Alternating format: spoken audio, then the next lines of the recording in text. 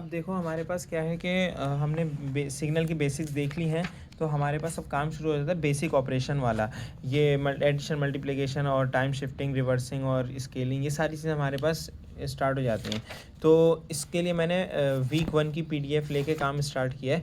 तो वीक 1 की पीडीएफ का सवाल ये था, हमारे पास उन्होंने सिग्नल का एक रिप्रेजेंटेशन दी हुई थी जो कि काइंड ऑफ रैम सिग्नल लग रहा है, लेकिन उसको आगे माइनस भी किया हुआ है। तो ये देखो आगे से कट हुआ हुआ है रैम सिग्नल। तो अच्छा, अब इसमें हो क्या रहा है? इसमें हो ये रहा है, ये कह रहे हैं कि ये रैम सिग्नल है, इस रैम सिग्नल पे आप वो अप्लाई करें, शिफ्टिंग अप्लाई करें। शिफ्टिंग ये होती है, एडवांस डिले में फंक्शन जा रहा होता है, सिस्टम जा रहा होता है। तो इन्होंने कहा -2 मतलब एडवांस हो रहा है। यहाँ पे -2 का क्या रिप्रेजेंट कर रहा है? एडवांस। एडवांस में क्या होता है? सिग्नल आगे बढ़ जाता है। जब आगे बढ़ गया तो -2 था, तो 0 से स्टार्ट होने के बजाय अब ये 2 से स्टार्ट हो रहा है और ये आगे जा रहा है। सिंपल 4 तक था ना। कितने स्टेप्स है? 1 2 3 4। तो इधर भी मैंने 1 2 3 4 स्टेप्स रखे, इसको वैसे ही रहने दिया। अब आगे आ जाओ, हमारे पास दूसरा काम कह रहे हैं 2t। अच्छा, मैंने ये पहले ही बात बताई थी कि ये स्केलिंग है, this is the scaling factor. Scaling factor में काम उल्टा हो रहा होता है। इफ़ वी मतलब अगर हमें गिवन होगा, अगर 3t गिवन है, इट मीन्स कि जो हमारा टोटल टाइम है ना, ये कहाँ से कहाँ जा रहा है? 0 से 4 जा रहा है। तो अगर 3t दे दिया हमें, तो हमें क्या करना होगा? टोटल टाइम को यानी 4/3 करना होगा। 4/3 जो आंसर आएगा उतना हम इसका टाइम कर देंगे। हमारे उसमें 2t था, तो मैंने टोटल टाइम जितना 4 था, 4/ मैंने कर दिया 4/2 इज़ इक्वल्स टू, मेरे पास क्या आ गया? इज़ इक्वल्स टू मेरे पास आ गया 2। चलिए मैंने इसका 2 कर दिया। अच्छा, ये तो एक हो गई मतलब एक रट्टे वाली बात हो गई कि जितना अगर ऐसे मल्टीप्लाई में आएगा तो मुझे डिवाइड करना है, डिवाइड में आएगा तो मुझे मल्टीप्लाई करना है। बेसिकली अगर मैं इस कॉन्सेप्ट से देखूँ कि मेरा टोटल टाइम कितना था इसका, 0 से 4 सेकंड का टाइम था ना। 4 सेकंड पे ये सिग्नल लाई कर रहा है, 4 सेकंड से आगे एग्जिस्ट नहीं कर रहा। तो मेरा लेट्स सपोज मेरा टाइम कितना था कि मेरा टी कितना था? 4 सेकंड था। अब लेकिन इस सिग्नल ने मुझे टी कितना दे दिया? 2t। तो 2t इज इक्वल्स टू 4 हो गया। तो अब मुझे टी की वैल्यू निकालनी है ना। इस सवाल के हिसाब से इधर 2t क्या बनेगा? जब मैं इधर 2 से यहाँ शिफ्ट करूँगा तो t इज इक्वल्स टू 4/2 बन जाएगा। तो 4/2 का कब मैं सॉल्व करूँगा, t इज इक्वल्स टू 2 आ जाएगा। तो ये सीन है, मुझे यहाँ पे टी की वैल्यू रखनी है, क्योंकि यहाँ पे जो मेरा पैरामीटर चल रहा है ये पूरा ये टी का पैरामीटर चल रहा है। This is not 2t। ये 2 आ गया तो मुझे इस 2 को सॉल्व करना पड़ेगा। ठीक है, ये कॉन्सेप्ट है कि हमारे पास सवाल में टी होता है। ये तो ये वाली चीज़ कहाँ से आई? ये हमारे पास यहाँ से आया, इस वाली जगह से। ये जो हमारे पास चीज़ है ना, तो ये हमारे पास सबसे ऊपर वाली चीज़ कहाँ से आई? ये यहाँ से आई है। और उसके बाद फिर मैंने कहा कि जब ये 4 सेकंड है, तो 4 सेकंड में हमारे पास इस सवाल के एतबार से क्या था? 2t था। अब वो 2 इधर मल्टीप्लाई हो रहा है तो यहाँ पे आके डिवाइड हो गया, तो इस वजह से यहाँ पे 2 टी का आंसर 2 आ गया। अब इस अगले ही एग्जाम्पल देखो, अगले में हमारे पास क्या आ गया? t/2। इस सवाल में कह रहे हैं कि t/2 equals to 4 second. t/2 equals to 4 second बन रहा है। देखो इधर क्या बन रहा है? t/2 इक्वल्स टू 4 सेकेंड बन रहा है। अब ये 2 यहाँ से वहाँ जाके मल्टीप्लाई हो जाएगा, तो t इज इक्वल्स टू 4 2 ज़ा 8 आ गया। अब इसका मतलब मुझे सिग्नल को 4 सेकंड के बजाय कितने सेकंड पे लेके जाना है? 8 सेकंड्स पे लेके जाना है। तो बेसिकली हमें क्या पता चला कि अगर यहाँ पे डिवाइड होगा तो हमें उसको एक्चुअल वैल्यू के साथ मल्टीप्लाई करवा देना है। अगर यहाँ मल्टीप्लाई होगा तो उसको एक्चुअल वैल्यू से डिवाइड करवा देना है। उसकी लॉजिक बिहाइंड द सीन क्या है? क्योंकि यहाँ पे इन्होंने कहा कि टाइम आपका t/2 है, और t/2 किसके बराबर है?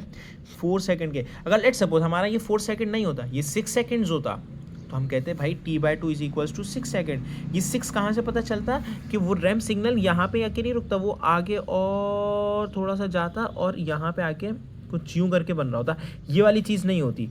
तो हम इसको कहते हैं कि t/2 इज इक्वल्स टू 6। तो इधर फिर हमारे पास क्या होता है? t इज इक्वल्स टू 6 2 ज़ा 12। तो फिर मैं इसको 8 पे बजाने के बजाय यहाँ तक 12 तक लेकर आता कि ये और ऊपर तक ज़्यादा। लेकिन इन सब चीज़ों में सब एक चीज़ का ख्याल रखना है, जैसे इसका अभी तो खैर मैग्नीट्यूड बहुत हाई चला गया, लेकिन हमें हर दफ़ा ये ख्याल रखना है यहाँ पे मैग्नीट्यूड कितना दिया हुआ था? 3। हमें हर दफ़ा 3 ही रखना है। देखो हर दफ़ा मैंने 3 मैग्नीट्यूड रखा, हर दफ़ा मैंने इसका 3 मैग्नीट्यूड रखा। इधर भी देखो 3 मैग्नीट्यूड रखा है, बस वो खैर स्लाइटली थोड़ा ऊपर चला गया। वैसे भी मैंने एक्चुअल कैलकुलेशन से नहीं बनाया, एक अंदाजे से बना रहा था, तो वो एक थोड़ा सा ऊपर चला गया। लेकिन बेसिकली मैग्नीट्यूड चेंज नहीं करना। मैग्नीट्यूड चेंज कब होगा? जब वो बाहर यहाँ पे कोई नंबर हमें मल्टीप्लाई करने को आएगा, बाहर इस जगह पे कोई नंबर मल्टीप्लाई करने को आएगा, मैग्नीट्यूड जब चेंज होगा। अभी मैग्नीट्यूड चेंज नहीं होगा। वीक PDF 1 का क्वेश्चन नंबर 1 का पार्ट लास्ट पार्ट है, पार्ट डी। इसमें हमसे कहा हुआ है कि -t निकालें। ये मैंने माइनस लगाया हुआ है यहाँ पे, अब नज़र आ रहा होगा कि टाइम रिवर्सल करना है बेसिकली हमने। तो यहाँ पे हमने सिंपल रिवर्सल कर दिया। जो 4 तक जा रहा था अब वो -4 तक जा रहा है 0 से। Simple is that. अब दूसरे सवाल ने हमें क्या कर दिया? दूसरे सवाल ने हमें किया है कि आप हमें वो दिखाएं, एक डिस्क्रीट सिग्नल हमें दे दिया जो बेसिकली हमें कुछ इस तरीके से नज़र आ रहा है। ये एक्चुअल क्वेश्चन वाला है कि मतलब 1 पे 1 है, यहाँ पे 1 है, 2 है, 3 है। तो 1 पे 1 है, 2 पे 2 है, 3 पे 3 है, 4 पे भी 3 है। तो बेसिकली ये सिग्नल ऐसे एग्जिस्ट कर रहा है। अब इस पर इन्होंने कहा कि आपने क्या करना है, xn-2 करना है। भाई वो कहाँ से स्टार्ट हो रहा था? 1 से स्टार्ट हो रहा था। तो 2 स्टेप आगे बढ़ाने का मकसद है कि उसको 3 पे लेके जाया जाए। 2 स्टेप आगे बढ़ाने का मकसद क्या है? उसको 3 पे लेके जाया जाए। तो 1 और 2 को मैंने खाली छोड़ा, क्योंकि -2 का मतलब मुझे 2 को खाली करना है। जहाँ जिससे स्टार्ट हो रहा है, जहाँ से स्टार्ट हो रहा है वहाँ से शुरू के 2 को खाली करना है। शुरू के 2 को खाली किया तो ये दोनों ख़त्म हो गए। 3 से स्टार्ट हुआ तो 3 पे 1 आया, उसके बाद फिर 4 पे 2, 5 पे 3 और 6 पे भी 3 आ गया। ये मैंने यहाँ पे निशान लगाया है, 1 2 और ये 3, इस तरीके, just like that. Move on to the next part. वो क्या है हमारे पास? 2n। ये थोड़ा सा इंटरेस्टिंग है, मैं अगली वीडियो में बताता हूँ। अच्छा, सेम कॉन्सेप्ट वही उसका वाला कंटिन्यूस वाले का इधर भी अप्लाई हो रहा है कि इधर भी अगर मल्टीप्लाई में अगर हमें नज़र आ रहा है ना, तो बेसिकली वो मल्टीप्लाई में नहीं है, उसको हमें डिवाइड करवाना होगा। इसमें सिंपल यही रूल होता है। हमें क्या करना है, हमें इस 2n को लेना है। हम कह रहे हैं 2n = 1। हम कहते हैं 2n, हमें कितने स्टेप्स पे हमारा सिग्नल चल रहा है? 1 2 3 4। ये 4 स्टेप्स का सिग्नल है, तो हमें 4 स्टेप्स करने पड़ेंगे, यानी 4 दफ़ा कैलकुलेट करना पड़ेगा। If our signal exist on 6 step और 7 स्टेप, मीन्स के यहाँ तक जा रहा है या एंड सॉन कहीं आगे तक जा रहा है, तो हमें उतनी दफ़ा कैलकुलेट करके उसको चेक करना पड़ेगा। इसकी मैं आगे चल के ना ये पूरा सवाल सॉल्व करा दूँ, उसके बाद एक शॉर्ट ट्रिक बताऊँगा कि अगर सिंपल 2 आ जाए तो एक शॉर्ट ट्रिक होती है।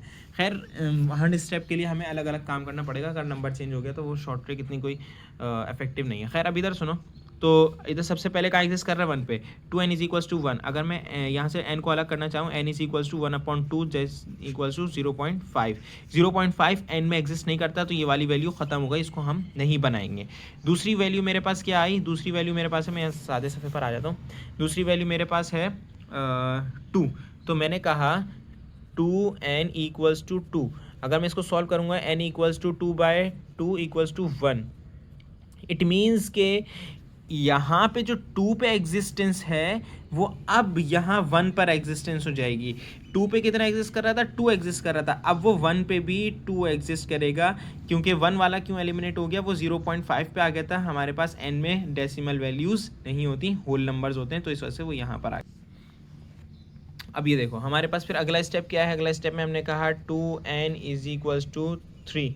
3 क्यों कहा? क्योंकि 2 तक तो हम पहुंच गए थे। अब अगली बारी किसकी थी? 3 की थी। तो हमने कहा कि अगर मैं इसको करूं n = 3/2 = 1.5। ऑल्सो डेसिमल वैल्यू आ गई। Again decimal value neglected. 3 भी यहाँ से ख़त्म हो गया, इसकी कहानी ख़त्म। अगला हमारे पास क्या है? 4 है। तो मैंने कहा 2n = 4 और n = 4/2 = 2। तो n की वैल्यू क्या आ गई? 2 आ गई।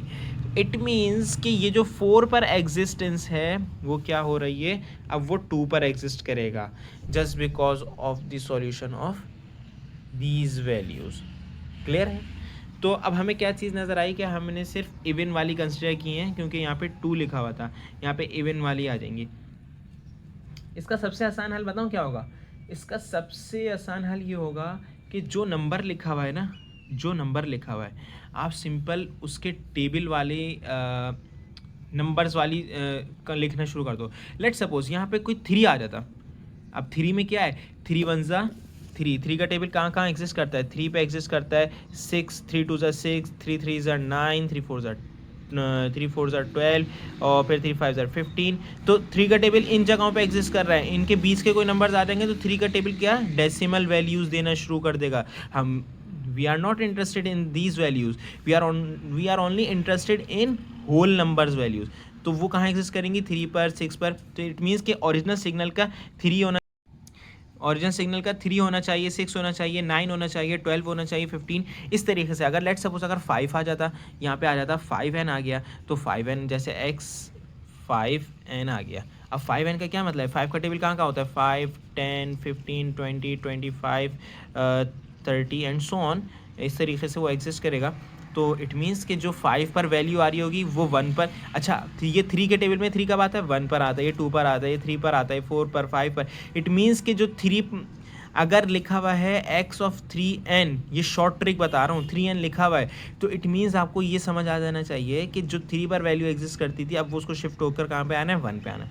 जो 6 पे करती थी उसको 2 पर आना है, 9 वाली को 3 पे, 12 वाली को 4 पे, अकॉर्डिंग टू द टेबल। यहाँ पे 5 के टेबल के अकॉर्डिंगली यहाँ पे क्या हो रहा होगा, ये 1 पर आएगी, ये 2 पर, ये 3 पर, ये सॉरी 3 वाली मैं मिस कर गया, 3 ये रही, 4 ये रही, 5 ये रही, 6 ये रही, ठीक है। तो ये वैल्यूज़ ऐसे एग्जिस्ट कर रही होंगी जस्ट लाइक दैट, ठीक है, फाइनल सिग्नल के अंदर। तो ये बेसिकली इसके पीछे का कॉन्सेप्ट था। अगर हमने इसका रिवर्सल लेना होगा सिंपल इस वाले मेन ओरिजिनल सिग्नल का, तो वो ऐसे रिवर्सल आ जाएगा। रिवर्सल के बाद एक चीज़ और है जो कि मैं आपको अगले में बताता हूँ। अच्छा, टाइम शिफ्टिंग के हवाले से ना मैंने एक बहुत इम्पॉर्टेंट चीज़ लिखी है जो कि यहाँ पे मैं दिखा रहा हूँ, एक मिनट को। That's a very important thing, ये बहुत ज़रूरी चीज़ है, इसको याद कर लो, ठीक है। इसको क्या करना है, हमने याद कर लेना है। अब देखो हमारे पास क्या हो रहा है, यहाँ पे नेगेटिव साइन है, अगर टी पॉजिटिव है, ये नेगेटिव साइन एडवांसमेंट को शो कर रहा है, जिसमें सिग्नल कहाँ जाता है राइट साइड शिफ्ट होता है। अगर ये यहाँ पे 0 से एग्जिस्ट कर रहा है तो इसको राइट साइड शिफ्ट होना पड़ेगा, ठीक है। अगर नेगेटिव साइन टी के साथ आ जाए और टी नॉट पॉजिटिव हो जाए जब भी एडवांस होगा, और एडवांस का मतलब कहाँ होता है राइट, एडवांस को राइट से जोड़ लें, डिले को लेफ्ट से जोड़ लो, डिले को लेफ्ट से जोड़ लो। अच्छा, थोड़ी सी कन्फ्यूजन होगी क्योंकि अभी हम यूनिट डिले वाला काम भी हमें करना है, जो मिड में एक सवाल आया था उसमें डिले का मतलब सर कह रहे थे कि वो सिग्नल आगे शिफ्ट हो रहा होगा, वो एक एक्सेप्शनल केस है, उसको एलिमिनेट कर दो। मैं शिफ्टिंग के बेसिक ऑपरेशन के हवाले से बात कर रहा हूँ। बेसिक ऑपरेशंस में हमारे पास यही हो रहा होगा कि डिले हमारे पास लेफ्ट जा रहा होगा, लेफ्ट मतलब इधर सिग्नल अगर 0 से स्टार्ट हो रहा था तो वो -1 -2 -3 से एंड सो ऑन यहाँ से स्टार्ट हो रहा होगा, अगर एडवांस होगा तो वो आगे बढ़ रहा होगा 1 2 3 4 5 ऐसे स्टार्ट हो रहा होगा। अब देखो यहाँ पे क्या है कि अगर टी पॉजिटिव है और ये नेगेटिव आ गया, टी नॉट नेगेटिव आ गया एडवांस, और अगर टी नेगेटिव हो गया तो प्लस वाला टी फिर एडवांस हो जाएगा, ये सेम उल्टा हो जाएगा। अगर टी पॉजिटिव है दूसरा टी नॉट भी पॉजिटिव हो गया, दोनों पॉजिटिव हो गए, डिले। सिंपल सी चीज़ है, दोनों के सेम साइन है तो डिले पे जाएगा, दोनों के ऑपोजिट साइन है तो एडवांस पे जाएगा। बहुत आसान सा रूल है, same sign delay, plus plus plus, minus minus